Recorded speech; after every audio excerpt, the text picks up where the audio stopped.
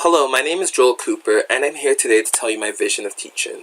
When considering my vision of teaching, I came to my first personal statement I wrote in Foundations. It asked why we want to be a teacher. Some points I came across was, I want to be a teacher to change the way students learn, a teacher that cares for their students, and a teacher that wants students to love learning as opposed to just learning.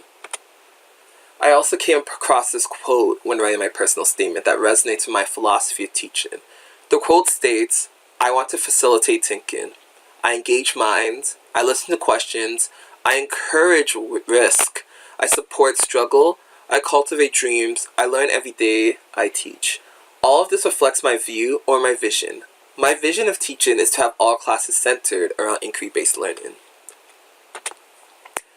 During my first week at the Faculty of Education, we were asked to give our immediate thoughts on the purpose of teaching and school.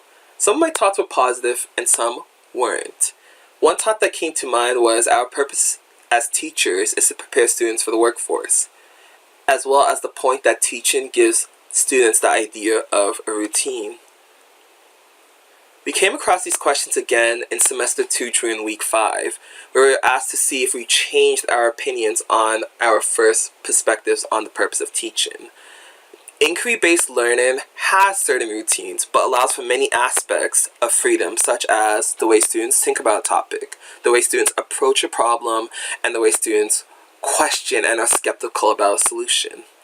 The purpose of teaching is to help students to get into the workforce, but it's not only that, it's to help students to become critical thinkers, better in every role in society, such as social interactions, leadership, and responsibility. Ultimately, we want students to not just focus on one type of job. We want students to have multiple opportunities to explore their dreams as opposed to just preparing for one specific path.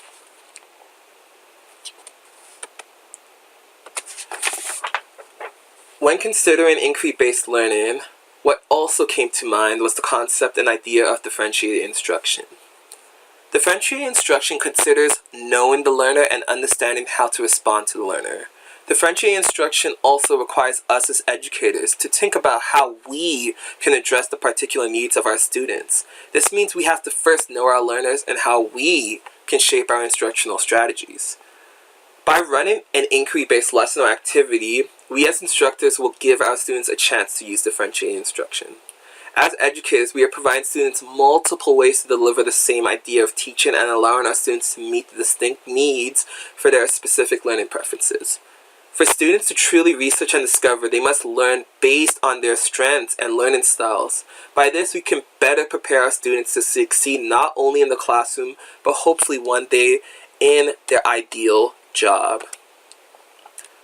One thing that also came to mind was the idea of a learning community and student-centered learning environment. When considering inquiry-based learning, what comes to mind is the classroom culture.